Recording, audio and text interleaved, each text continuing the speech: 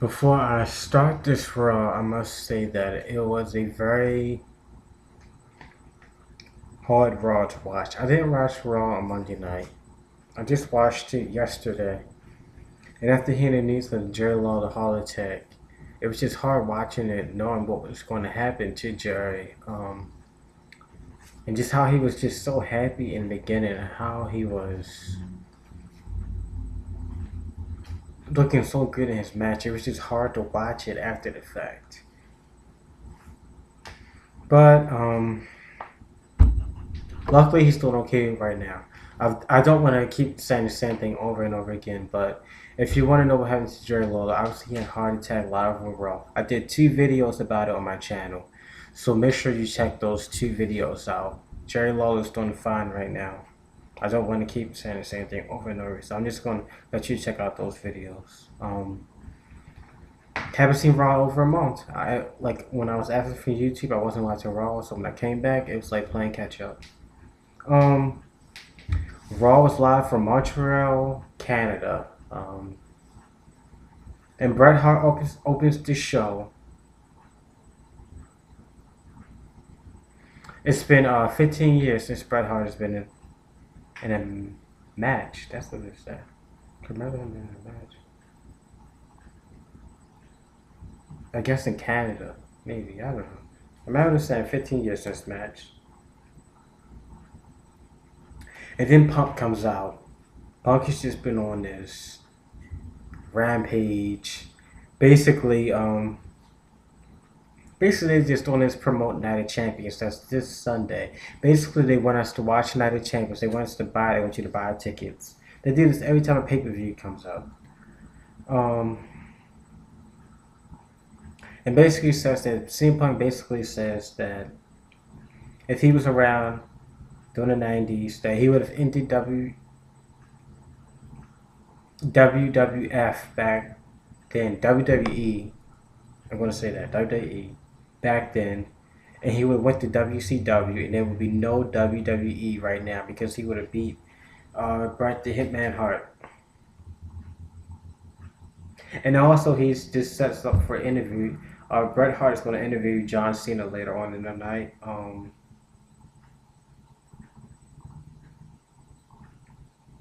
And this CM Punk is leaving. He's getting these a-hole chants. CM Punk has, I don't know, what can you say? You can't really say he's turned heel because it's already been like this. He's taken his character to the next level. You know, checking Jerry Lawler and everything. I don't know if that has to do anything to do with his heart attack or not, but he's been having his feud with Jerry Lawler lately. But since Jerry Lawler's had the heart attack, I'm not sure what WWE is going to do. CM Punk is going to find something else to do. Find somebody else to harass. And basically, you know how WWE likes to be interactive with the fans. They had this Twitter poll where CM Punk could face Brodus Clay, Jerry Lawler, or Orton. But the first really official match of the night was Kofi Kingston and Truth for Little Jimmy versus The Miz and Antonio Cesaro, the Intercontinental Champion and United States Champion versus the Tag Team Champions. Kofi and R-Truth are a good team. They've had the belts now. I don't know how long they had the belt. They had the belts for a couple months now. But Antonio Cesaro, he's been impressive. I think it's he's been around for at least 2 or 3 months, but I still haven't been able to make a good analysis of his skills. Yeah, he's a big, tough guy, but I'd like to see him really face some big competition. He's like a Ryback. They give him these little guys to face. Antonio Cesaro is good. I mean, he's the United States champion, so obviously he must be good at wrestling, you know. I would love to see Santino become the United States champion again, but you know it is what it is. But they were able to pull off the match. It was 6 minutes long.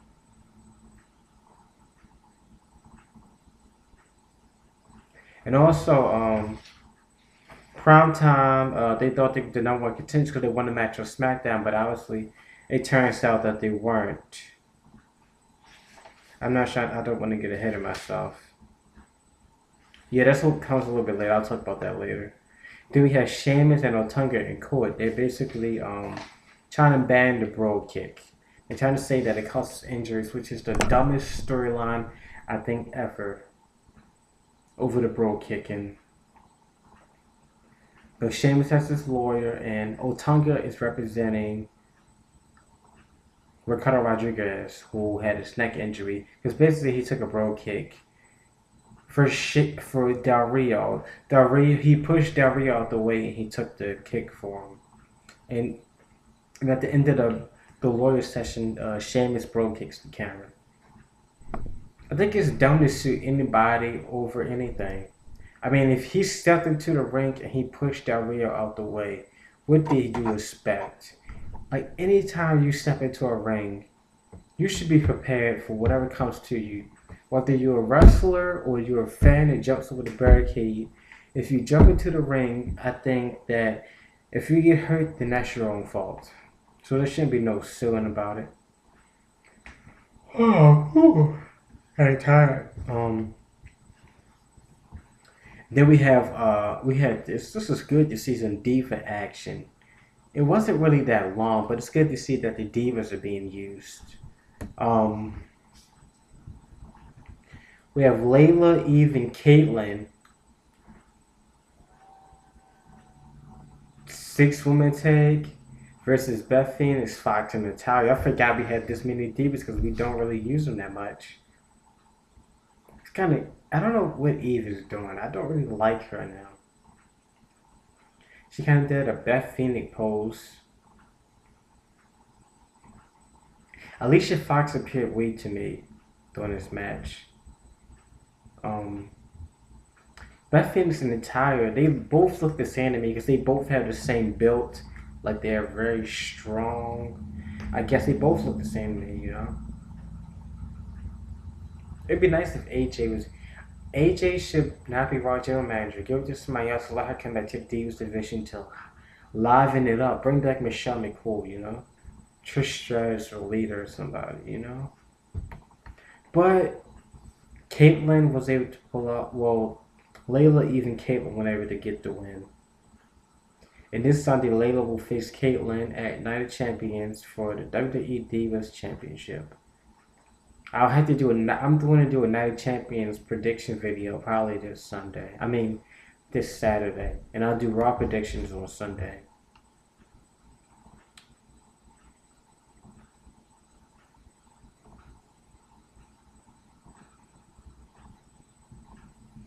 Then we have Punk versus Randy Orton.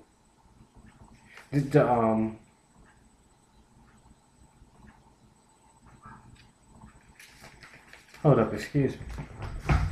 What's that noise?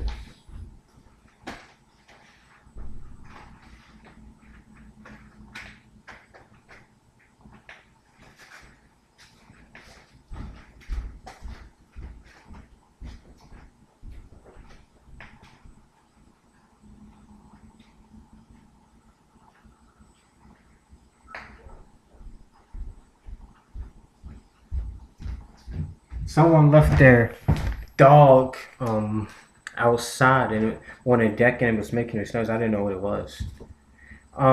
Do we have CM Punk versus Randy Orton? The Twitter, the Brodus Clay, Jerry Lawler, and Randy Orton. The Twitter universe, well, the WWE universe chose Randy Orton. And it was a good match, but the CM Punk really was losing it on this match. During this entrance, go back and watch it.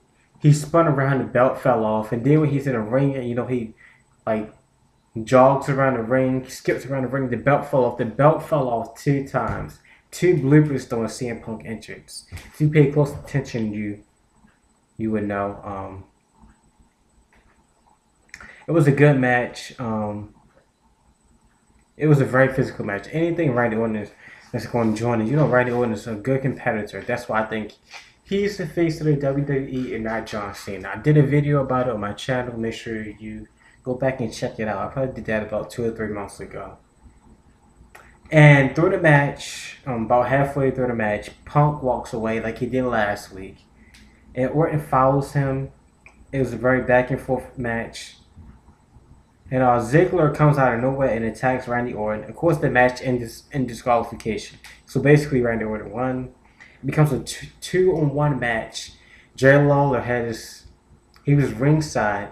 This is where the controversy starts. Like I said, check out my Jerry Lawler has a heart attack live on Raw. I did 2 videos about it. Check out both of them. He already had his ring gear on because he was selected along with Brothers Clay, depending on how the WWE Universe voted. He could have been in the match. So he already had his ring gear on. He saw that Ziggler and Punk were tagged 2-on-1 against Randy Orton. So he jumps in the ring. He starts fighting. And then it goes to commercial. He comes back in from the commercial and it becomes a tag team match. Randy Orton and Lawler versus Punk and Ziggler. I wrote down on my review, was that a mistake of him running in and jump right into the match because half an hour later he would have a heart attack. I don't know if that's a mistake or not. I don't want to talk too much about it because I did 2 videos about it, and if you're watching all the videos, I want you to keep hearing the same things over and over. But I don't know if that was a mistake or not. But to me, during the match, he looked very fit.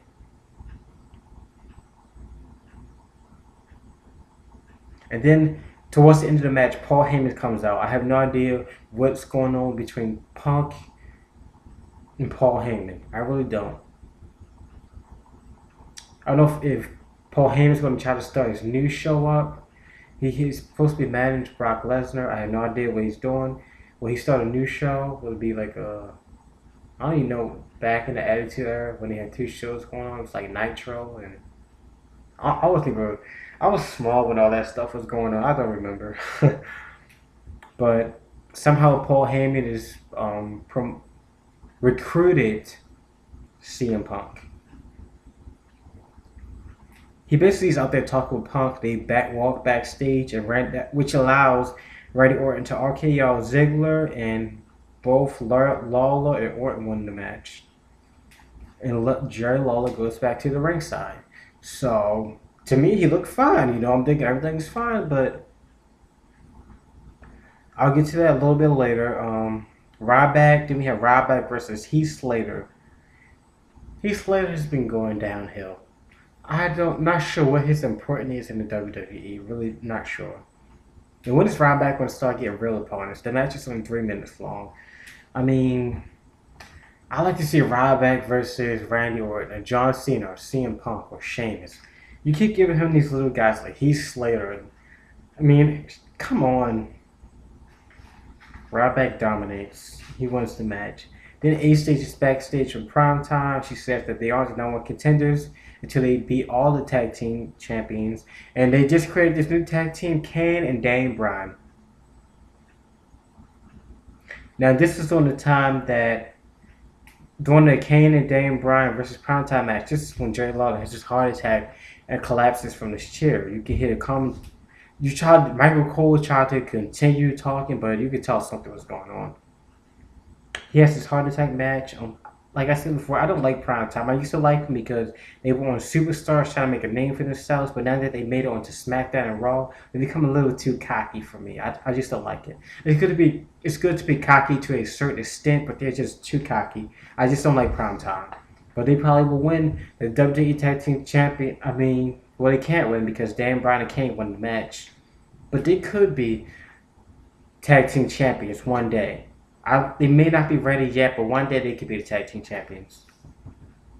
Like I said, this was another contender match for the Tag Team Champions. Kane and Dan Bryan won the match. Everyone is looking to the announce table because you see all the EMTs and medics looking over there. Nobody's really focused on the ring. Everyone is focusing on the announce table. Sorry if I'm talking too fast. All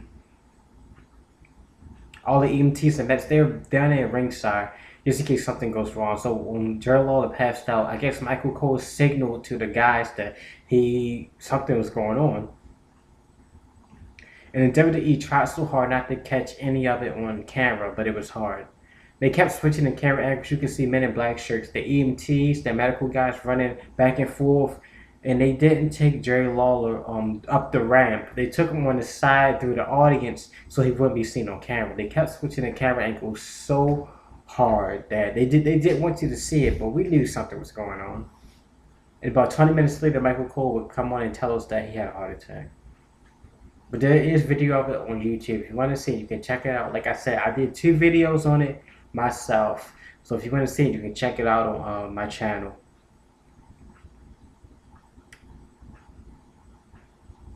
But Kane and Dan Bryan won. At one point in the match, Dan Bryan tags Kane, but it wasn't a tag. It was like a hard hit. Kane doesn't take too lightly to that, so he comes around back in the ring, chokeslam Dan Bryan. But when he chokeslams Dan Bryan, it was one of, I forgot which one, but it's one of the Primetime members. His head lands on one of the Primetime members. He gets the 3 count, 1, 2, 3. So unintentionally, they won the match. Because when Kane gave him the chokeslam, it wasn't to win the match. He just giving him a chokeslam, but somehow he landed on one of the Primetime players, and he was able to win the match. In Del Rio, the next match was Del Rio versus Tyson Kidd. He comes out in a white 2010 Bentley GTC convertible versus Tyson Kidd. Del Rio facing Tyson Kidd, I don't know. It's like, there's nothing wrong with Tyson Kidd. I'm glad he made all superstars and he's on Raw. He gets more TV time, more exposure and everything, but shouldn't Del Rio be having more? There's nothing wrong with Tyson Kidd, but Del Rio shouldn't be facing people like Tyson Kidd. He should be facing, guys who have a bigger name. But he faced Tyson Kidd. Of course he won the match. Then we have Otunga versus Sheamus. The match was only 5 minutes long. And of course, Sheamus was temporarily banned on SmackDown by Booker T, who's been doing a good job as general manager. He's banned by Booker T from using the bro kick. And he used it anyway during this match. And AJ comes out, but Booker T comes out and overrides her because Sheamus is a WWE superstar. And basically Booker T says that if he does the bro kick again, that he's going to be stripped of the Royal Heavyweight Championship. So basically Sheamus beats Otunga. Otunga, I don't know, he's a good lawyer. He's went to Harvard and everything. But he deserves a push. I would like to see David Otunga as a Royal Heavyweight Champion or WWE Champion. I mean, he has the body. He has the brains. He just needs to be pushed by WWE. He could be the face of the company. I mean, you may not like him because he's with people power and everything. People power is over. I think he deserves a push. He could be WWE Champion. He just needs to push, Then we had Sin Cara. I mean, I don't know. I wish Sin Cara would have been on Raw, but he wasn't. He'll probably be on SmackDown this Friday.